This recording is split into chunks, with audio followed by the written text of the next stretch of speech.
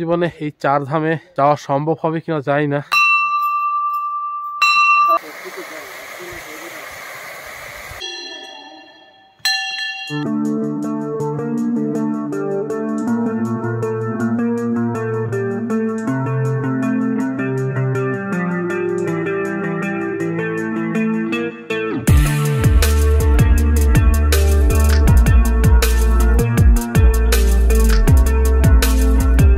Good morning. আজকে ট্যুরে আমাদের শেষের দিন।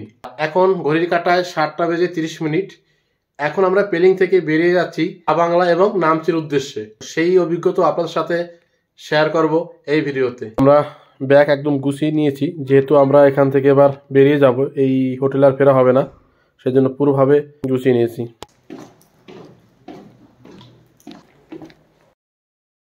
হোটেল থেকে চেক আউট করে এখন গাড়িতে উঠে বসলাম। আর আজকের ওয়েদার খুব অত্যন্ত বাজে, বৃষ্টি হচ্ছে। আর আজকের কতটুকু কি কভার করতে পারবো ঠিক জানি না, তো দেখি।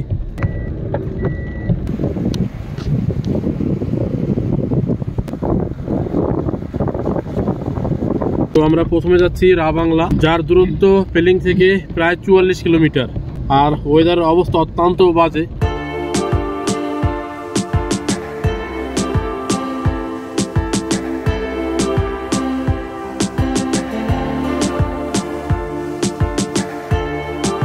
ঘড়ির কাঁটা এখন 8টা বেজে 40 মিনিট। 20 কিলোমিটার পথ অতিক্রম করে আমরা এই মুহূর্তে চলে আসলাম লেকশিপ বাজার। সকালের ব্রেকফাস্টটা করা হয়নি, তাড়াহুড়া করে হোটেল থেকে বেরিয়েছি।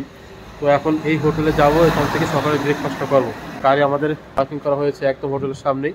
এখন আমরা অর্ডার করলাম সকালের ব্রেকফাস্টের জন্য ডাল ভাত।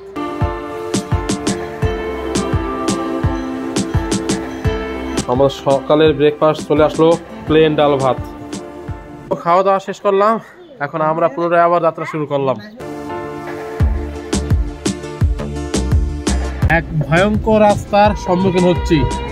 রাস্তাটা খুবই ভয়ঙ্কর থেকে ভয়ঙ্করতম।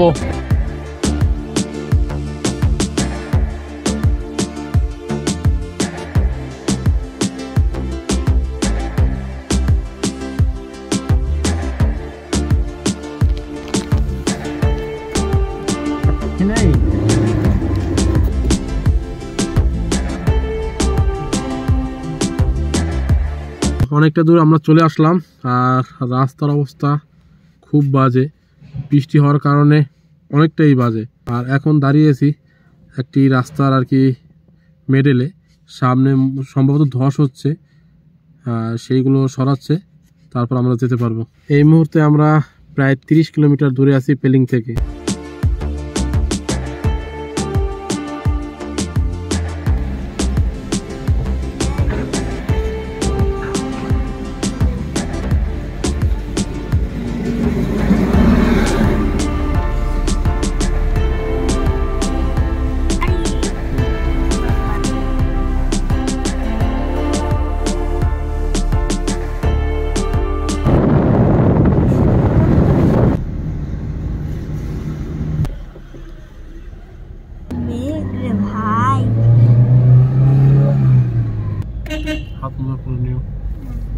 বুধবার কড়িকাটায় 10টা 45 আমরা সপরিবারে চলে আসলাম রাবাংলায়। এখন যাচ্ছি রাবাংলার সব থেকে আকর্ষণীয় প্লেস বুদ্ধ পার্কে।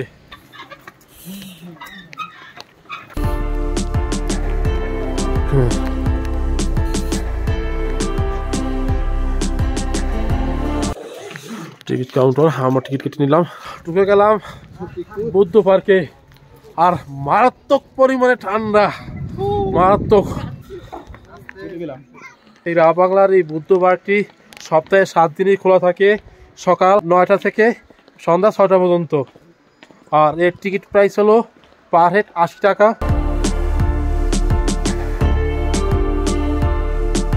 আর এই মুহূর্তে এখানের আবহাওয়া মারাত্মক পরিমাণে ঠান্ডা, পাশে নেমে গেছে আর কি, হাত পা পুরো কাঁপছে। আর এতটাই ফগি ওয়েদার, কতটুকু ফুটেজ তুলতে পারবো আর আপনাদের সাথে শেয়ার করতে পারবো এটা আমার পক্ষে অজানা। ঢোকার সাথে সাথে আমরা একটা ঝর্ণা পেয়ে গেলাম। আসলে এই বুদ্ধ পার্কের একটা দুর্দান্ত ভিউ পাওয়া যেত যদি এখানের ওয়েদারটা একদম ঠিকঠাক থাকতো। তো দুর্ভাগ্য, কিছু করার নেই। বেশ কতগুলো সিঁড়ি ভেঙে তারপর আপনাদের উপরে উঠতে হবে বুদ্ধ মূর্তিকে দেখার জন্য।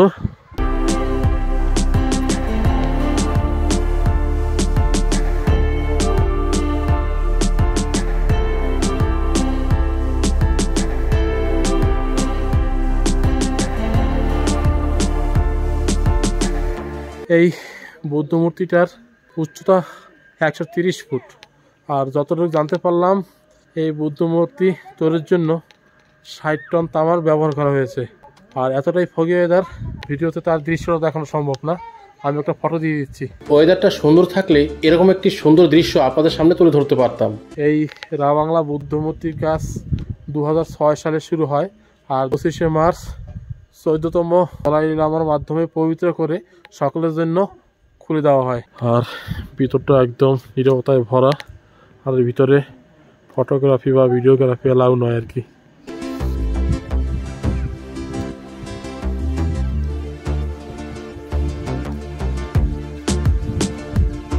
আজ ফেব্রুয়ারি মাসের 5 তারিখ 2024, আর ঘড়ির কাঁটায় এখন 11টা বেজে 5 মিনিট। এই হলো এর ওয়েদারের কন্ডিশন, আর প্রচণ্ড ঠান্ডা হাওয়া। অনেকেই নিজের মনোবাসনা পূর্ণ করার জন্য এখানে প্রার্থনা করে থাকেন। তারই ফলস্বরূপ হিসাবে এর ভিতরে যে জল রয়েছে সেখানে পয়সা রেখে যান। তো ভিতরটা আমরা ঢুকলাম, খুব সুন্দর একদম নীরবতায় ভরা একটি প্লেস। গৌতম বুদ্ধের অনেক জীবনী এখানে রয়েছে। তো আপনারা আসলে অবশ্যই ভিতরটা ঢুকবেন, ভালো লাগবে। জুতা খুলেই ভিতরে প্রবেশ করতে হবে। এক্ষেত্রে কোনো এন্ট্রি ফি নেই, শুধুমাত্র ওই একবারই টিকিট কেটলে আপনারা সকল কিছু ঘুরতে পারবেন। চলুন, যেহেতু আপনাদের আর ভিউ দেখাতে পাচ্ছি না বা আমরাও তেমন কিছু দেখতে পাচ্ছি না, মারাত্মক পরিমাণে ফগি ওয়েদার, এবার চলে যাচ্ছি আবার গাড়ির কাছে।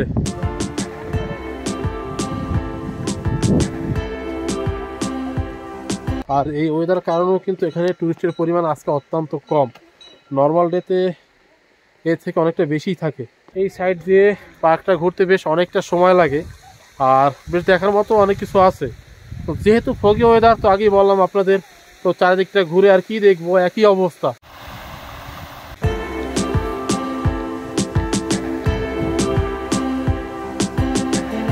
এদিকে রয়েছে একটি শিব মন্দির, বেশ ভালো, দূর থেকেই দেখে যাই। স্লিপিং বুদ্ধা। এখন যে জায়গাটা দাঁড়িয়ে আছে আর কি, যেখান দিয়ে প্রবেশ পথ, সেখান থেকে এই বুদ্ধ পার্কের একটি অসাধারণ ভিউ পাওয়া যেত, যেটা আপনাদের স্ক্রিনে আমি একটা ফটোর মাধ্যমে দেখিয়ে দিচ্ছি।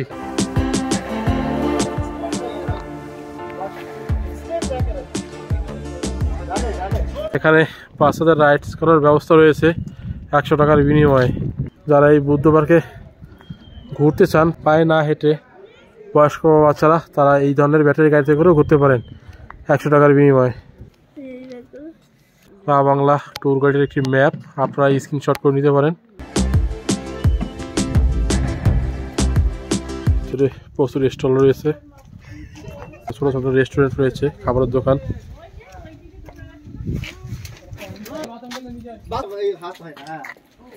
বুদ্ধ পার্ক আমাদের সম্পূর্ণ ঘোরা হলো, আর যা ফগি ওয়েদার তাতে সম্পূর্ণ আপনাদের সামনে তুলে ধরা আপাতত সম্ভব না, তবে নেক্সট টাইমে ট্রাই করব। এখন চললাম গাড়ির দিকে।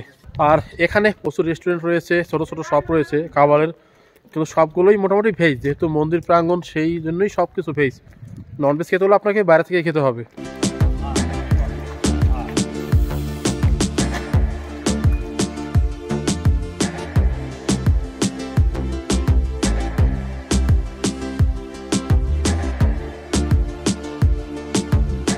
আপনাদের বলে রাখি, আপনারা যদি রা বাংলা থাকতে চান, সেখানে কিন্তু প্রচুর হোটেল আছে।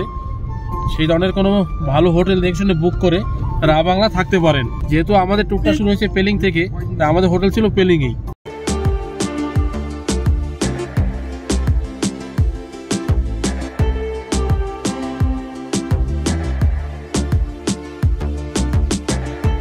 খুব পরিমাণে ফগি ওয়েদার, রাস্তাঘাট কিছুই দেখা যাচ্ছে না। এরকম অভিজ্ঞতা আমার পাহাড়ে এতবার আসলাম হয়নি আর কি, এই প্রথম। তবে আমি আপনাদের বলবো এরকম ওয়েদার যদি থাকে অবশ্যই পেলিংটা অ্যাভয়েড করার চেষ্টা করুন, নয়তো অনেকটাই ঝুঁকিপূর্ণভাবে আপনাদের চলাচল করতে হবে।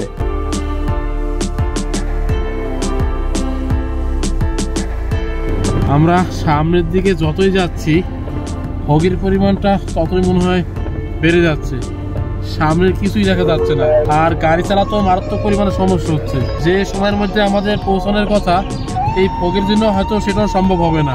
তো নতুন এক্সপিরিয়েন্স, নতুন ধরনের দেখা এবং নতুনভাবে চিন্তাধারা করা। যাই হোক, এই ওয়েদারটা তো সবসময় পাবো না, তো দেখে নিলাম, উপভোগ করছি আর কি। অনেকটা দূর আসার পর রাস্তা অনেকটা এখন ক্লিয়ার।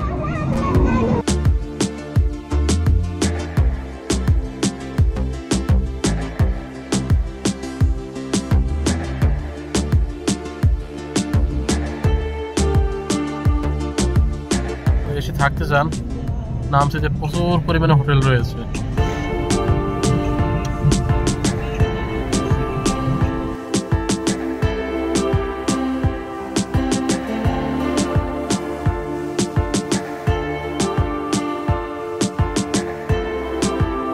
ঘড়িকাটা এখন জাস্ট একটা, মেঘলা ওয়েদার কাটিয়ে চলে আসলাম নামচির চারধামে। এটাই আজকে আমাদের সর্বশেষ দর্শনীয় স্থান। এলো পার্কিং, আর কার পার্কিং এ 50 টাকা নিল। আমাদের টিকিট প্রাইস পড়লো পার হেড 50 টাকা।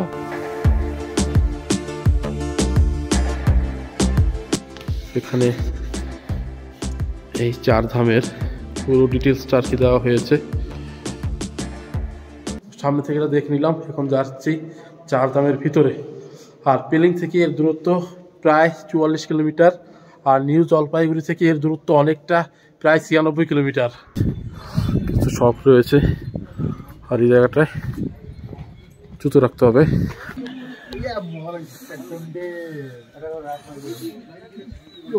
এখানে একটি ম্যাপ রয়েছে, এটা ভিজিট করার জন্য।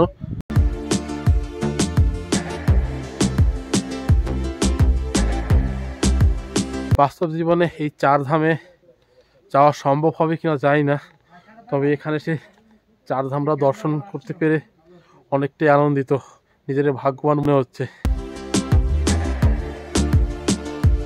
আপাতত আগে চারধামটাই দেখে আসি।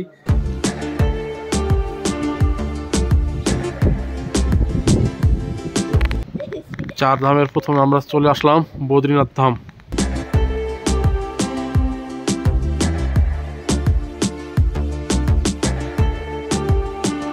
আর এখানে মারাত্মক পরিমাণে ঠান্ডা। বদ্রীনাথ ধাম আমাদের দেখা শেষ, এর পাশেই রয়েছে পুরীতে জগন্নাথ ধাম, যাচ্ছি সেই দিকে। এই হলো জগন্নাথ ধাম।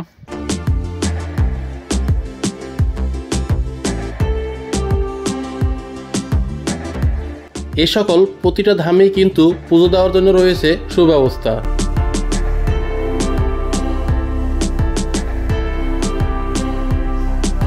পুরীর জগন্নাথ ধাম পরিদর্শন আপাতত আমাদের শেষ।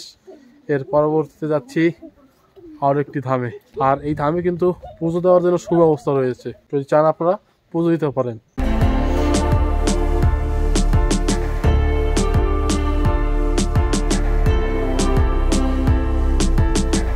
এরপর আমরা চলে আসলাম সাউথের তামিলনাড়ুর রামেশ্বরম ধাম।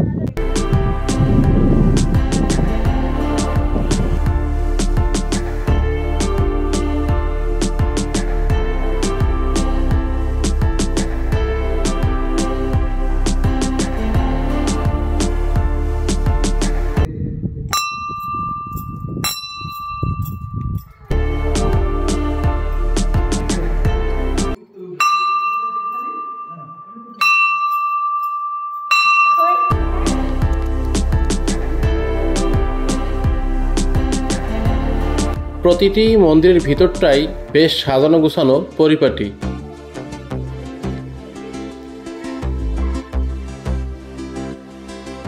অন্যরকম এক অনুভূতি, সত্যি এত পথ ঘুরে আসার পর এরকম একটা সুন্দর জিনিস আমরা দেখতে পারবো সেটা সত্যি কল্পনাতে ভাবিনি।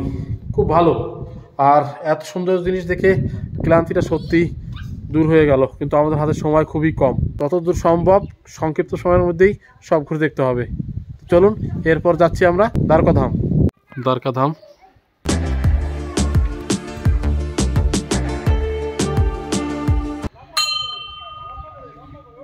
এরপর আমরা চলে আসলাম দ্বারকাধামে।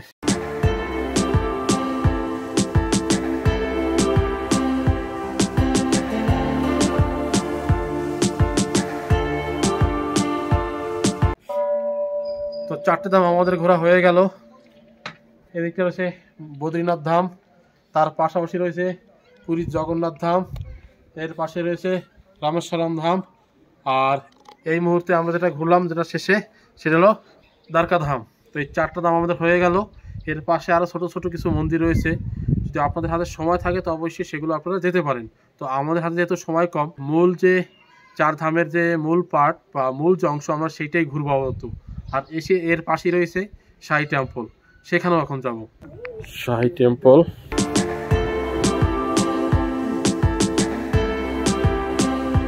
এগুলো শাহী টেম্পল।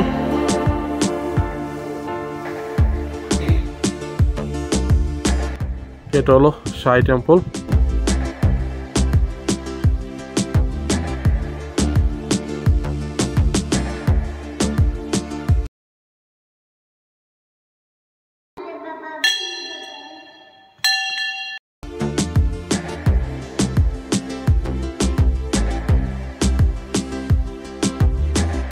চার ধামের পাশেই রয়েছে এই শাহী টেম্পল, আর এর পাশাপাশি রয়েছে 12টা জ্যোতির্লিঙ্গ। তো আপনারা সেগুলো এক এক করে ঘুরে নিতে পারেন।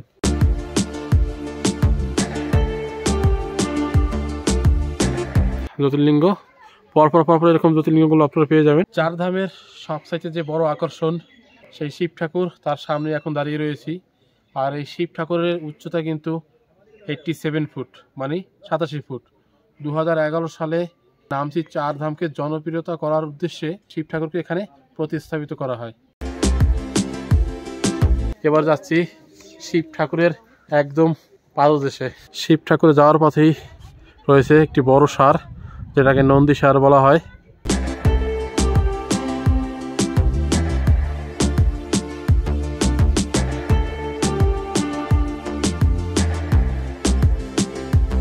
বেশ কিছু সিঁড়ি ভেঙে তারপর মহাদেবের পাদদেশে আসতে হবে।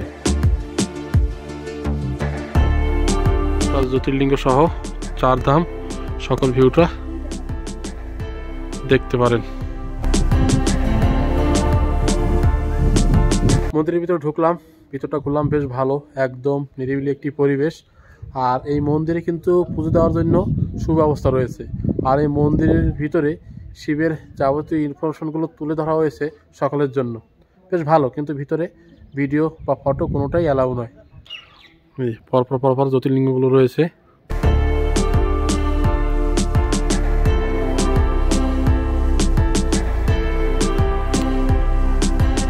এই হলো নন্দীসার। এই নন্দীসার হলো শিবের রক্ষার্থে রয়েছে।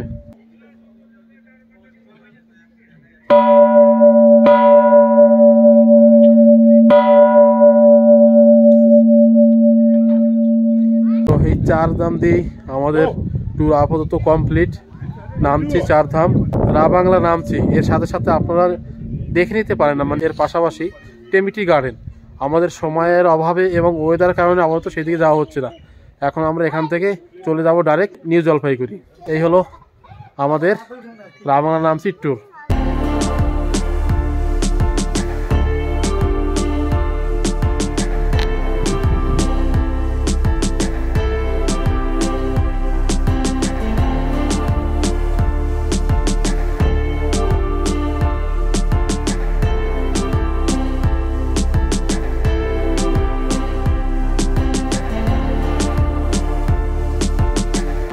আজকের দর্শনীয় স্থান বেলিং থেকে রাবাংলা হয়ে নামচির 4 ধাম। তো সকল কিছু আপনাদের সাথে শেয়ার করলাম। ওয়েদারের জন্য সকল ফুটেজ বা সকল ভিডিও সুন্দরভাবে তোলা সম্ভব হয়নি, যতদূর সম্ভব হয়েছে চেষ্টা করলাম। আর মূল মন্দিরের প্রবেশের পথে এরকম অনেক স্টল রয়েছে আর কি। আপনারা যদি পুজো দিতে চান এখান থেকে পুজোর সামগ্রী আপনারা পেয়ে যাবেন।